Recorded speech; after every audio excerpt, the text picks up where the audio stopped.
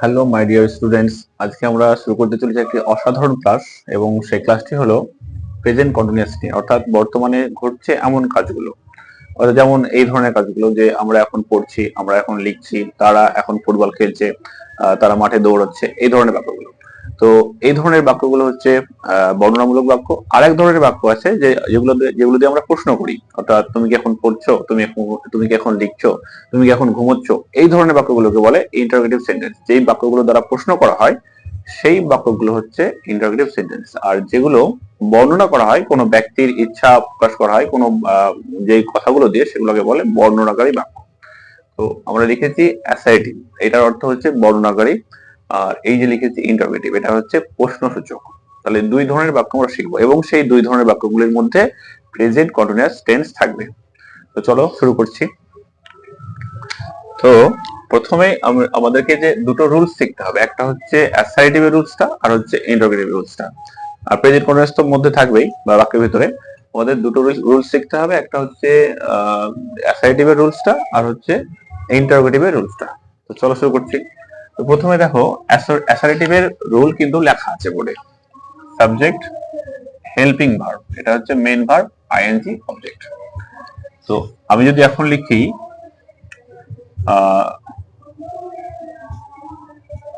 সে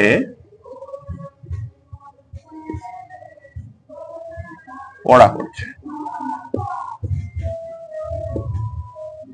সে পড়া করছে, তাহলে এই যে কথাটা আমরা লিখলাম, এইটাকে যদি আমরা ইংরেজি করি, তাহলে এই যে সে পড়া করছে, এটা তো প্রশ্ন করা বোঝাচ্ছে না, এটা কিন্তু বর্ণনা করা বোঝাচ্ছে। তাহলে এই কথাটা কার মধ্যে পড়লো? অ্যাসার্টিভের ভিতরে পড়লো।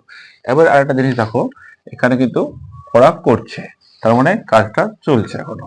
পড়া করছে মানে কাজটা এখনো চলছে। তাহলে পড়া করছে, তাহলে তার মানে বর্তমানে চলমান এমন বোঝাচ্ছে কাজটা, তাহলে অবশ্যই সেটা প্রেজেন্ট কন্টিনিউয়াসের মধ্যে পড়ছে।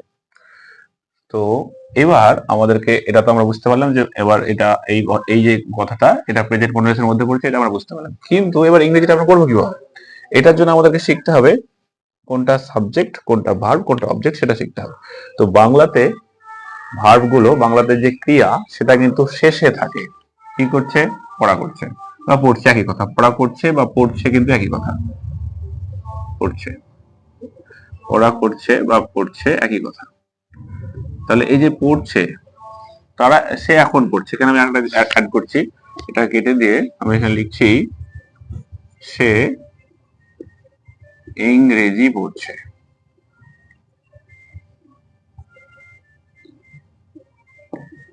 এই যে এটা লিখলাম। তাহলে এখানে সাবজেক্ট, ভার্ব, অবজেক্ট সবই আছে। এখানে একটা মজার জিনিস লেখা আছে, সাবজেক্ট, ভার্ব আর অবজেক্ট।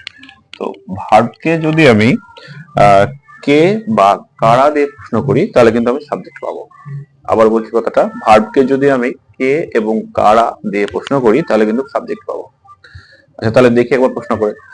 সে ইংরেজি পড়ছে, আমি বললাম যে বাংলাতে ক্রিয়া, ভার্ব মানে হচ্ছে ক্রিয়া, বাংলাতে ক্রিয়াটা সব শেষে বসে থাকে। তাহলে এই যে পড়েছে, এটা হচ্ছে পড়ছে, এটা হচ্ছে ভার্ব, ক্রিয়া বাংলার। তাহলে এই যে এটাকে যদি আমি জিজ্ঞাসা করি, আমরা এখন কিন্তু সাবজেক্ট আইডেন্টিফাই করছি, শুধুমাত্র সাবজেক্টটা আগে আইডেন্টিফাই করা শিখবো।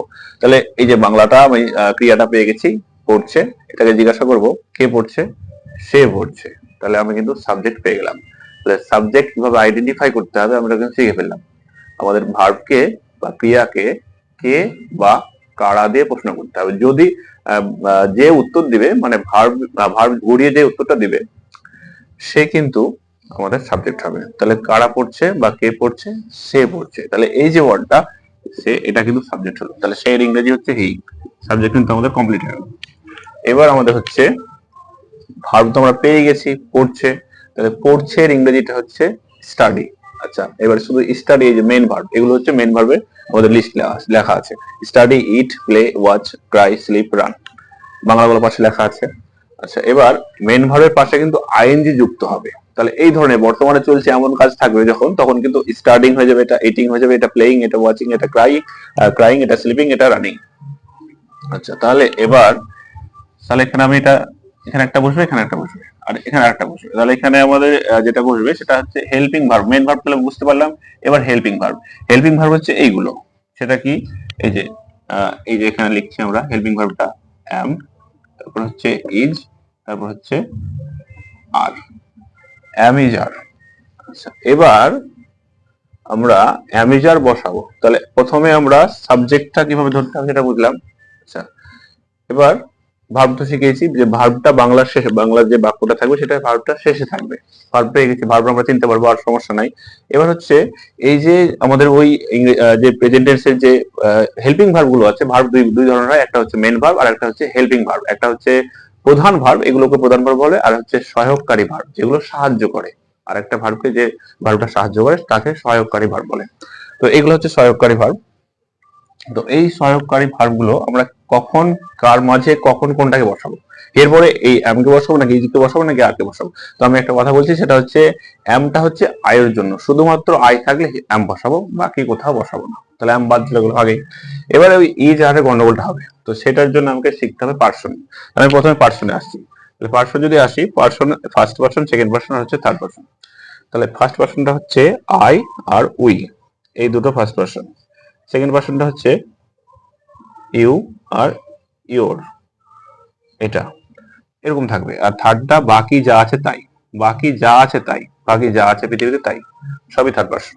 তাহলে এই চারটা বাদ দিয়ে কিন্তু আমরা থার্ড পার্সন সব। তাহলে এটা থার্ড পার্সন আছে, এই চারটের মধ্যে তো নাই, তাহলে এটা থার্ড পার্সন আছে।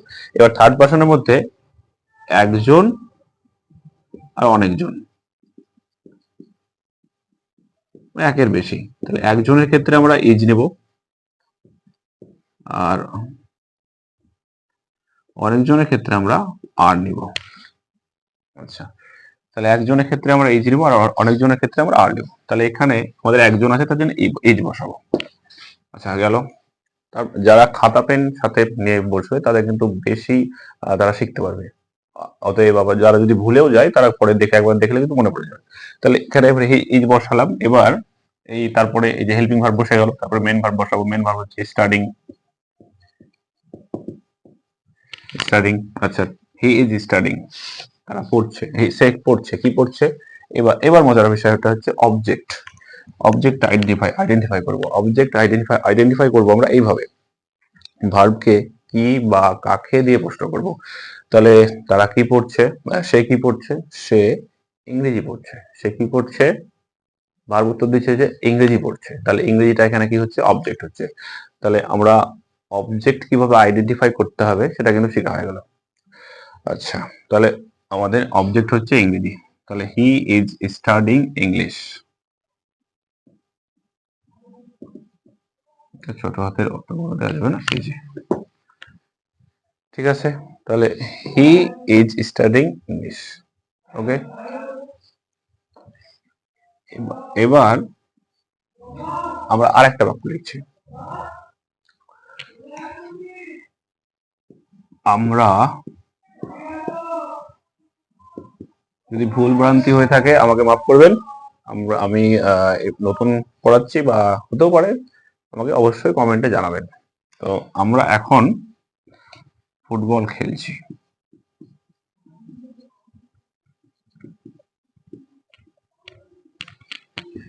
আচ্ছা, তো আমি কিন্তু প্রথমত অ্যাসার্টিভ বাক্য করছি, ইন্টারোগেটিভ প্রশ্নসূচক বাক্যগুলো কিন্তু এখন আমি আসিনি, এরপরে আসবো। তাহলে আমরা এখন ফুটবল খেলছি। তাহলে এই ক্ষেত্রে খেলছি, এই যে এটা, এটা কিন্তু আমরা ভার্ব পেয়ে গেছি, ক্রিয়া পেয়ে গেছি। আচ্ছা, ভালো কথা। এবার কে খেলছে, আমরা খেলছি। আমরা ইংরেজি কি, উই, উই বসালাম। এবার উইয়ের পরে আমরা এবার কি বসাবো, হেল্পিং ভার্ব বসাতে হবে। এই যে এটা বসাবো, সাবজেক্ট হয়ে গেছে, হেল্পিং ভার্ব বসাবো। তাহলে হেল্পিং ভার্বটা কি হবে, হেল্পিং ভার্ব কোনটা বসবে, তাহলে এম তো বাদ, ইজ বসবে না আর বসবে। আচ্ছা, তাহলে এই উইটা থার্ড পারসন আছে নাকি এগুলোর মধ্যে আছে, ফার্স্ট পারসন আছে, ওইখানে লেখা আছে। তাহলে উই ফার্স্ট পারসন আছে। তাহলে উইর ক্ষেত্রে কিন্তু সেই একই নিয়ম, এইখানে যে নিয়মটা হলো যে একজন ক্ষেত্রে ইজ হবে আর অনেকজনের ক্ষেত্রে আর হবে। তাহলে উইটা নিশ্চয়ই একজন নাই, উইটা অনেকজন আছে। তাহলে অনেকজন ক্ষেত্রে কিন্তু আমাকে আরই বসাতে হবে। তাহলে এখানে আমরা আর বসাবো প্রেজেন্টের ক্ষেত্রে। তাহলে উই আর বসিয়ে দিলাম। এবার মেন ভার্ব বসাবো। তাহলে কি আছে, মেন ভার্ব যে এটা আছে সেটা কি আছে, খেলছি আছে। তাহলে খেলা, প্লে মানে খেলা। তাহলে আমরা প্লের সাথে কি যোগ করতে হবে, কন্টিনিউয়াস মানে আইএনজি যোগ করতে হবে। যেমন studying, eating, playing, watching, crying, sleeping, running. তাহলে আমরা এখানে কি করব, playing. We are playing football. এই যে নাও। আচ্ছা, আরেকটা এখানে আমাদের এক্সট্রা একটা ওয়ার্ড আছে, সেটা লেখা হয়নি, সেটা হচ্ছে নাও। এই যে এবার হলো, তাহলে এটা হচ্ছে অ্যাডভার্ব। আমাদের যে নাওটা আছে ওটা হচ্ছে অ্যাডভার্ব, সময় বোঝাচ্ছে, কখন, এখন। ওই অ্যাডভার্বটা কিন্তু সব শেষে বসছে। তো এই আমাদেরকে ফোকাস রাখতে হবে সাবজেক্ট, ভার্ব, অবজেক্ট। বাকি যেগুলো এক্সট্রা ওয়ার্ড থাকবে বা অ্যাডভার্ব হতে পারে, অ্যাডজেক্টিভ হতে পারে, সেগুলো কিন্তু আমরা পড়তে পড়তে শিখে ফেলবো। তো এই হচ্ছে বিষয়। তো আমাদের প্রথমটা এবং দ্বিতীয়টা হলো। তাহলে আমরা এরপরে আরো আমাদের যে ভার্বগুলো আছে সেগুলো থেকে আমরা বাক্য বানাতে পারি। তাহলে আমি যদি বলি আমি এখন সিনেমা দেখছি, বা আমি এখন টিভি দেখছি, তাহলে কি বলবো? আই। আচ্ছা, আই বসালাম। তাহলে আই বসালাম, তাহলে আয়ের পরে কি বসাবো? আমি বলেছি আয়ের পরে অ্যাম হবে ফিক্সড। তারপরে কি বসাবো? ওয়াচিং। দেখার ইংরেজি কি? ওয়াচ। তাহলে WATCHING, ওয়াচিং। তাহলে আই এম ওয়াচিং কি? TV. I am watching TV. তাহলে আমি এখন কি করছি? আমি টিভি দেখছি। আমি যদি এখন বলি তাহলে নাও দিতে হবে, নাও। এইভাবে কিন্তু আমাদেরকে বাক্য বানাতে হবে। তাহলে আমি যদি বলি তারা তারা ফুটবল খেলছে, তো লিখেছি আমরা ফুটবল খেলছে লিখছি। আমি যদি তারা গান করছে, তাহলে কি বলবো? দে বসবে তারা। তাহলে দে বসবে। দে আর গান করে ইংরেজি হচ্ছে সিঙ্গিং, এখানে লেখা নাই। তো দে আর ইটিং, তারা খাচ্ছে। দে আর ইটিং। তাহলে আমি যদি বলি সে ভাত খাচ্ছে, তাহলে কি হবে? He is eating. আমি যদি বলি সে কান্না করছে, তাহলে সে কান্না করছে। এবার তাহলে কি বসাবো? He is crying. আমি যদি বলি সে ঘুমোচ্ছে, হি ইজ স্লিপিং। আমি যদি বলি তারা ঘুমোচ্ছে, তাহলে বলবো দে আর স্লিপিং। আমি যদি বলি বালকটি দৌড়াচ্ছে, the boy is running. The boy is running. এইভাবে আমাদেরকে বাক্যগুলো শিখতে হবে। তাহলে এই আমি যে এতক্ষণ যেগুলো কথাগুলো বললাম সেগুলো কিন্তু অ্যাসার্টিভের কথাগুলো বললাম। আরো দুটো আমরা দেখি।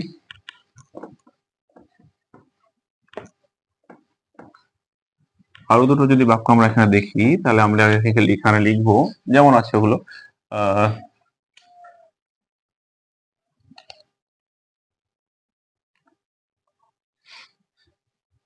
আমার বন্ধু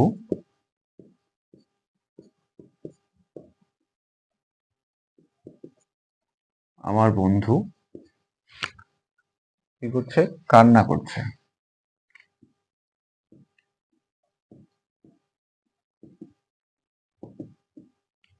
কান্না করছে। তাহলে এটা কিন্তু বাক্যটা, কাজটা চলছে বোঝাচ্ছে। তাহলে এই যে এখানে কান্না করছে, এই যে কান্না করছে, এটা কিন্তু একটাই ওয়ার্ড, কান্না করছে। তাহলে কান্না করছে আছে, বা কাঁদছে বা কাঁদছে বা কান্না করছে, একই কথা। তাহলে এই যে এখানে লিখেছি আমি এটা, তাহলে আমার বন্ধু। তো এই যে ক্ষেত্রে কিন্তু আই মানে আমি, আর মাই মানে হচ্ছে আমার। মাইটা হচ্ছে পসেসিভ অ্যাডজেক্টিভ। তাহলে মাই ফ্রেন্ড। এবার আমার বন্ধুরা যদি বলতাম, তাহলে বলতাম মাই ফ্রেন্ডস। এখানে আছে আমার বন্ধু শুধু, তাহলে আমি বলবো আমার বন্ধু, অর্থাৎ মাই ফ্রেন্ড। তাহলে সাবজেক্ট আমি পেয়ে গেলাম, কান্না করছে। কে কান্না করছে? আমার বন্ধু কান্না করছে। তাহলে মাই ফ্রেন্ড আমি বসালাম, আমার বন্ধু। আচ্ছা, এবার আমরা বসাবো হেল্পিং ভার্ব। তাহলে হেল্পিং ভার্ব আমি বলেছি থার্ড পারসন, এটা থার্ড পারসন আছে নিশ্চয়ই। মাই ফ্রেন্ডটা থার্ড পারসন আছে। মাই ফ্রেন্ড মানে হচ্ছে একজন ব্যক্তি বা একজন বাচ্চা ছেলে। আচ্ছা, এবার সে তো একজন আছে, এবার থার্ড পারসন আছে, তাহলে থার্ড পারসনও আছে এবং একজন আছে, তাহলে নিশ্চয়ই ইজ বসবে। এই যেখানে বসালাম। এবার কিন্তু আমাদের মেন ভার্ব বসবে। কি করছে? কান্না করছে। কান্না করে ইংরেজি কোথায় আছে? এই যে ক্রাই। তাহলে এখানে বসাবো, ক্রাইয়ের সাথে আই যোগ করলে হয়ে যাবে ক্রাইং।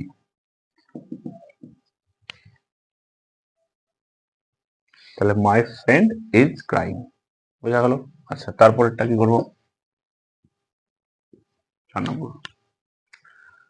4 নম্বর যদি আমি লিখি যে আর সেরকম এখানে অবজেক্ট, স্লিপে যেমন অবজেক্ট আসবে না, তাহলে এখানে আমরা এটা দিয়ে করতে পারি। ইট আছে, তাহলে আমরা এখানে লিখবো রমেশ রমেশ আচ্ছা, রমেশ ভাত খাচ্ছে।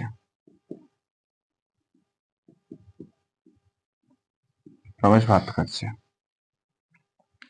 তাহলে এক্ষেত্রে যে ইংরেজিটা আমরা লিখবো, এই যে রমেশ ভাত খাচ্ছে, এটা তাহলে আমাদের কে খাচ্ছে? রমেশ খাচ্ছে। তাহলে রমেশটা হচ্ছে সাবজেক্ট। আচ্ছা, রমেশ সাবজেক্ট পেয়ে গেলাম আমরা, তাহলে রমেশ লিখবো এখানে। আচ্ছা, রমেশ লিখলাম। তারপরে আমরা লিখবো, যেহেতু হেল্পিং ভার্ব এখানে বসবে, তাহলে হেল্পিং ভার্ব যদি এখানে বসে, তাহলে আমাদের যেহেতু এটা থার্ড পারসন আছে, থার্ড পারসন আর একজন আছে, তাহলে আমরা ইজ বসাবো এখানে। আচ্ছা, এবার কিন্তু আমাদের মেন ভার্ব বসাতে হবে। তাহলে মেন ভার্বটা হলো খাওয়ার ইংরেজিটা আছে এখানে, খাওয়ার ইংরেজিটা হচ্ছে ইট। তাহলে খাওয়ার ইংরেজি ইট, এবার পাশে আমরা যেহেতু প্রেজেন্ট কন্টিনিউয়াস আছে আইএনজি যোগ করতে হবে। তাহলে studying, eating, playing, watching, crying, sleeping, running. তাহলে আমরা এখানে নিয়ে নেব ইটিংটা নেব। এবার আসছে অবজেক্টটা আইডেন্টিফাই করতে হবে। তাহলে আমরা প্রথমে বলেছি যে ভার্বকে কি বা কাকে দিয়ে প্রশ্ন করলে আমরা কিন্তু অবজেক্টটা পাবো। তাহলে এখানে আমরা ভার্বকে প্রশ্ন করছি এই বাক্যে, এই যে এটা ভার্ব। তাহলে রমেশ কি খাচ্ছে? কি খাচ্ছে? ভাত খাচ্ছে। তাহলে আমার ভাতটা আমরা কি দিয়ে প্রশ্ন করে কিন্তু পেলাম, কি খাচ্ছে? ভাত খাচ্ছে। তাহলে ভাতটা কিন্তু আমার অবজেক্ট হয়ে গেল। তাহলে আমাদের বাক্যের ভিতরে প্রথমত আমাকে সাবজেক্ট আইডেন্টিফাই করতে হবে এবং অবজেক্ট আইডেন্টিফাই করতে হবে। আর ভার্বটা তো আমরা শেষে পাবোই। বাক্যের শেষে যে অংশটা থাকবে, বাক্যের শেষে যে ওয়ার্ডটা থাকবে সেটা হচ্ছে আমাদের ভার্ব। তাহলে এখানে আমরা লিখবো রাইস। তো এইভাবে আমাদেরকে অ্যাসার্টিভ বাক্যগুলো বাংলা থেকে ইংরেজিতে করতে হবে। এবার সেটা অবশ্যই প্রেজেন্ট কন্টিনিউয়াস হতে হবে, মানে বর্তমানে যে কাজগুলো চলছে। এবার যদি আসি আমরা ইন্টারোগেটিভ সেন্টেন্সে, সেক্ষেত্রে একটু আলাদা হবে। তো এই প্রথমকার বাক্যটাই আমরা রেখে দিচ্ছি। তো তোমরা যারা অ্যাসার্টিভ সেন্টেন্সে সঙ্গে প্রেজেন্ট কন্টিনিউয়াস থাকবে এমন বাক্যগুলো যদি তোমরা এই ধরনের বানাও, অবশ্যই তোমরা কমেন্টে আমাকে 2-4টে বানিয়ে লিখে পাঠাবে, তাহলে তোমরা বুঝে নেবে যে আমরা শিখতে পেরেছি। তো এবার শুরু হবে ইন্টারোগেটিভ সেন্টেন্সে বাক্য। অর্থাৎ এখানে একটা নতুন আরেকটা নিয়ম তোমরা দেখতে পাবে, সেটা হচ্ছে যেটাতে প্রথমেই এই হেল্পিং ভার্বটা আগে থাকবে আর সাবজেক্টটা তারপরে, বাকি কিন্তু একই থাকবে। তাহলে ঠিক একইভাবে আমরা প্রথমে যেমন লিখেছিলাম যে তাহারা ফুটবল খেলছে, তাহলে আমি এখানে ওটা তো প্রশ্ন করা হয়নি। প্রশ্ন করে যদি আমরা করতে চাই তাহলে আমাদেরকে কি ঢোকাতে হবে বাক্যের ভিতরে? তাহারা কি ফুটবল খেলছে? এই ধরনের বাক্যগুলো উত্তরটা কিন্তু হ্যাঁ বা নাই হবে। তাহলে আমরা প্রথমে এখানে লিখবো তাহারা কি ফুটবল খেলছে। এই যে বাক্যটা, এই বাক্যটা কিন্তু প্রশ্ন করা বোঝাচ্ছে। তাহলে এই বাক্যটা প্রশ্ন করা বোঝাচ্ছে। কেন প্রশ্ন করা বোঝাচ্ছে? জিজ্ঞাসা করছে যে তাহারা কি ফুটবল খেলছে, ওরা খেলছে না খেলছে না সেটা জিজ্ঞাসা। তাহলে আমাদেরকে উত্তরটা দিতে হবে হ্যাঁ আর নাই।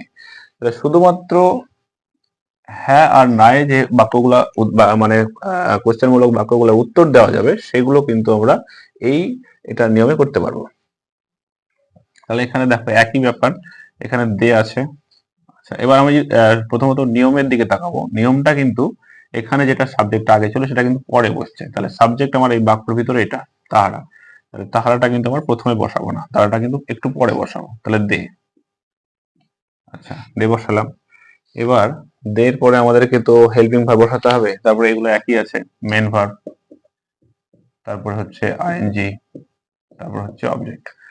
তাহলে দের পরে সবকিছু একই আছে, এগুলো যে উপরে যা ছিল এটাও তাই আছে, শুধুমাত্র পজিশনটা চেঞ্জ করেছে। হেল্পিং ভার্বটা এখানে পরে ছিল, হেল্পিং ভার্বটা আগে এসছে, আর সাবজেক্টটা আগে ছিল, সাবজেক্টটা পরে এসছে। তো এখানে যা ছিল ওয়ার্ডগুলো সবই তাই আছে, একই আছে। তো এখানে তাহারা ইংরেজি দে ছিল, এবার নিশ্চয়ই হেল্পিং ভার্ব বসবে। তাহলে হেল্পিং ভার্ব যদি আমরা বসাই, হেল্পিং ভার্বটা প্রথমে ওইদিকে ছিল, এবার এইদিকে বসবে। দের পরে আমরা লিখেছিলাম আর। কেন আর লিখেছিলাম? যেহেতু এটা থার্ড পারসন আছে আর অনেকজন আছে। তাহলে আমরা আরটা প্রথমে এখানে বড় হাতের লিখবো, আর। তাহলে আর দে লেখা হয়ে গেল, এই দুটো হয়ে গেল। এবার মেন ভার্ব। তাহলে মেন ভার্ব, এখানে ভার্ব কি আছে? খেলছে। প্লে মানে খেলা, তাহলে আমাদের এখানে প্লেইং লিখতে হবে, প্লেইং। তাহলে প্লেইং আমরা এখানে লিখবো। তাহলে আর দে প্লেইং। আচ্ছা, এবার কি খেলছে? একইভাবেই আমরা অবজেক্টটাকে আইডেন্টিফাই করব, শেষে অবজেক্টটা আছে। তাহলে একইভাবে যদি আইডেন্টিফাই করি অবজেক্টটা, তাহলে আমরা এখানে ফুটবলটা পাচ্ছি। কি খেলছে? ফুটবল খেলছে। তাহলে ফুটবল আমরা এখানে লিখবো। তাহলে দে এখানে আর দে প্লেইং ফুটবল। তাহলে যদি আমরা অ্যাসার্টিভে বলি, তাহলে অ্যাসার্টিভে বললে দে আর প্লেইং ফুটবল। আর যদি আমরা ইন্টারোগেটিভে বলি, আর দে প্লেইং ফুটবল। অর্থাৎ হেল্পিং ভার্বটা আগে চলে আসছে আর হচ্ছে সাবজেক্টটা পরে চলে এসেছে। তো এইভাবে আমাদেরকে অ্যাসার্টিভ থেকে ইন্টারোগেটিভে আমরা বাক্যটা বানাতে পারবো। তো আমরা যদি অ্যাসার্টিভটা ঠিকভাবে শিখি, অবশ্যই ইন্টারোগেটিভটা আরো তাড়াতাড়ি পড়া যাবে। তো আরেকটা বাক্য আমরা এখানে লিখছি। আমরা এখানে আরেকটা বাক্য লিখছি। আমি যদি বলি যে সে কি ঘুমোচ্ছে, এই যে কথাটা এখানে আছে, স্লিপ আছে, স্লিপটা না দিলে হবে এই যে আমরা এখানে ওয়াচটা আমি বাক্যটা একটা বাক্য লিখেছিলাম যে আমার রমেশ টিভি দেখছে। রমেশ টিভি দেখছে, তাহলে আমি যদি প্রশ্ন করি যে রমেশ কি টিভি দেখছে, রমেশ কি পড়া করছে, রমেশ কি খাচ্ছে, রমেশ কি ভাত খাচ্ছে, আচ্ছা আমি ভাত খাচ্ছে খাওয়াটা দিয়ে শুরু করি, খাওয়াটা একবার সহজ আছে। এই খাওয়ার ইংরেজিটাও অনেকেই জানে প্রায়। তো রমেশ কি ভাত খাচ্ছে, তাহলে এইখানে চারটে ওয়ার্ড আছে। চারটে ওয়ার্ডের মাঝে একটা কিন্তু যেটা দ্বারা আমরা বোঝাই যে ইন্টারোগেটিভ আছে বাক্যটা, সেটা হচ্ছে কি। তাহলে আমি যদি বলি এটা যদি আমি ঢেকে দিই রমেশ ভাত খাচ্ছে, আর যদি এটা ওপেন করি তাহলে হচ্ছে রমেশ কি ভাত খাচ্ছে। তার মানে এই কথাটা দিয়ে বোঝাচ্ছে যে বাক্যটা প্রশ্ন করা হচ্ছে, কাউকে ও ভাত খাচ্ছে কি খাচ্ছে না সেটা জানতে চাওয়া হচ্ছে। তাহলে এই কথাটা কিন্তু ইন্টারোগেটিভের ভেতরে পড়ে গেল। তাহলে ইন্টারোগেটিভ ভেতরে পড়ে গেল, তখন এবার যেহেতু ইন্টারোগেটিভে পড়ে যাচ্ছে তখন এটা তো নেওয়া যাবে না, এটা নিতে হবে। তাহলে এটা নিলে হেল্পিং ভার্ব আগে বসবে। তাহলে রমেশ আছে, তাহলে রমেশ হচ্ছে একজন, তাহলে রমেশ একজন এবং থার্ড পারসন আছে। এই যে এই চারটে বাদ দিয়ে থার্ড পারসন আছে, তাহলে রমেশ হচ্ছে একজন। তাহলে একজন থাকলে আমরা যেটা বলেছিলাম নিব সেটা হচ্ছে ইজ নিতে হবে। তাহলে এখানে আমরা ইজ বসাবো, তাহলে ইজ এখানে বসালাম। আর তারপরে আমাদের সাবজেক্ট বসবে, এই যে সাবজেক্ট হচ্ছে রমেশ, তাহলে রমেশ আমরা এখানে লিখে দেবো। আচ্ছা যেহেতু এটা নাম তার জন্য আমরা বড় হাতে লিখতে পারি ইজ রমেশ, তারপরে আমরা ইটিং লিখবো, তারপরে রাইস। তাহলে এবার এই কথাটা যদি আমি অ্যাসাইটিভে লিখি একই কথা, রমেশ ভাত খাচ্ছে, এটা ছিল অ্যাসার্টিভ। এর ভিতরে কিন্তু প্রশ্ন করা যে শব্দটা সেটা ছিল না, কি ছিল না। তাহলে এটা অ্যাসার্টিভ, এটা হচ্ছে ইন্টারোগেটিভ। তাহলে একই কথা, শুধুমাত্র এদের পজিশনটা চেঞ্জ হচ্ছে। এই যে ইজটা এটা আগে চলে এসেছে, এটা পরে চলে এসেছে, আর এই রমেশটা আগে চলে আসছে। তাহলে রমেশটা আমি যদি এখানে লিখি রমেশ ইজ ইটিং রাইস, এই যে একই কথা, এখানেও চারটে ওয়ার্ড আছে, এখানেও চারটে ওয়ার্ড আছে। শুধুমাত্র ওদের যে ওই যে ওয়ার্ড গুলোর ভিতরে যে সাবজেক্ট আর ভার্বটা আছে, হেল্পিং ভার্বটা, তাদের কিন্তু পজিশনটা চেঞ্জ হচ্ছে, বাকি কিন্তু সব একই। তাহলে আমি যদি এখানে ইটিংটা দিয়ে ইটটা দিয়ে আমাদের বাক্যটা আছে, তারা রমেশ ভাত খাচ্ছে, তাহলে রমেশ ইজ ইটিং রাইস। এবার যদি প্রশ্ন করা হয় রমেশ কি ভাত খাচ্ছে, তাহলে আমরা বলবো is Ramesh eating rice, Ramesh কি ভাত খাচ্ছে। তাহলে আমি যদি বলি রমেশ কি ঘুমোচ্ছে, তাহলে আমরা বলবো ইজ রমেশ স্লিপিং। তারপর যদি বলি রমেশ কি দৌড়াচ্ছে, তাহলে আমাদের ওইখানে উত্তরটা হবে ইজ রমেশ রানিং। তারপর যদি বলি তারা কি খেলছে, তাহলে আমরা বলবো আর দে প্লেইং, যেহেতু দের পরে আর বসবে। তো এই ছিল আমাদের এখানে দুটো বাক্য, আমরা ইন্টারোগেটিভও দেখানো হলো আর অ্যাসার্টিভও দেখানো হলো। তো এরপরে আরো যে ওয়ার্ড গুলো আছে এখানে, যেমন আমাদের আরো বিভিন্ন ধরনের ওয়ার্ড আছে, সেগুলো হচ্ছে যেমন কুক, মানে রান্না করা,